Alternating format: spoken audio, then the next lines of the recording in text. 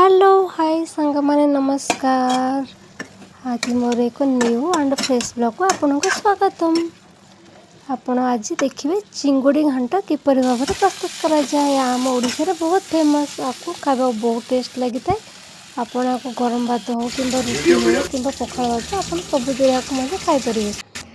Fast कौन करिवे ना मार्केट रो किसी चिंगुड़ी काटे आनिबे।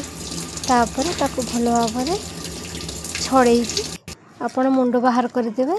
तापर ताको भल भाव मैरिनेट करने फिश पाउडर आउ तापरे आपण हल्दी गुंड लंका गुंड आउ किछि लेंबू रस पकेबे। ताको मैरिनेट करला परे गोटे कढ़ी किछि सोरिष तेल गरम करनी। तापर आपण इथिरे मैरिनेट करके चिंगुड़ी को पकई नेबे। सेटा को भल भाव टिके भाजी नेबे। भल भाव भाजी सारा पर आपण गोटे बाउल काढ़ी नेबे। तापर से कढ़ई गरम करी तादर तेल गरम करी से आपण कौन करेंगे सोरिष तेल यूज करेंगे। सोरिष तेल यूज कले नॉनवेज आइटमटा बेसी भल लगी से। तापर आपण कौन करेंगे से आपण रखिथिबा पियाज आपण माने आपण भजा मसला माने छेचा मसला यूज करेंगे ना आपण ग्राइंडिंग करके यूज करेंगे। तेल में पियाज टमाटर आउ वाला कंचा लंका आपण मैंने पकई ने भल भाव जरीगला तापर आप कुचिक रखिथिबा या बाटिक रखिथिबा अदा रसुण पेस्ट पकई ने। तापर काटिक रखिथिबा परिबा आपनको जो परिबा सब भल लगे से परिबा आपण यूज करेंगे। मत भल लगे फूलकोबी आलू आउ बैगण झुडंग तो मुझे पकई। आपड़ जब चाहिए आप बोतल आड करेंगे। आप चाहिए बैगण आप नहीं करेंगे पोटल पकई। भल भाव कौन कली ना किसी समय से भाजी नेली। भाजी सारापर भल भाव ब्राउन हो गला से आम रखि चिंगुड़ी को आप पकईदेवे।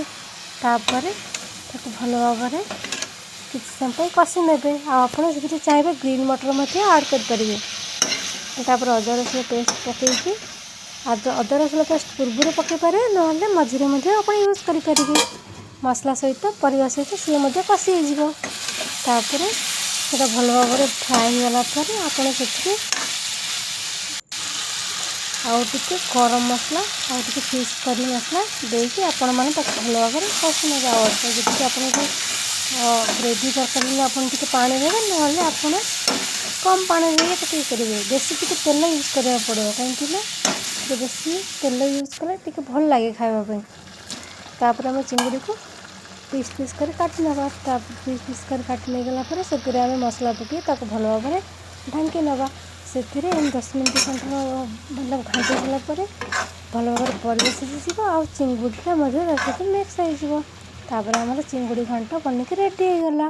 तो आपण मैंने भात रुटी हो कि पखाल भात हो आप सबुथ आप खाई पारे। वीडियो भल लगे लाइक सब्सक्राइब कमेंट और शेयर करूँ। नुआ नुआ रेसिपी जानापी आप कमेंट बॉक्स में कहतु कौन कौन आप शिखा चाहते मत फॉलो कले ओडिया घर रेसिपी मुझे आपको जनइबी।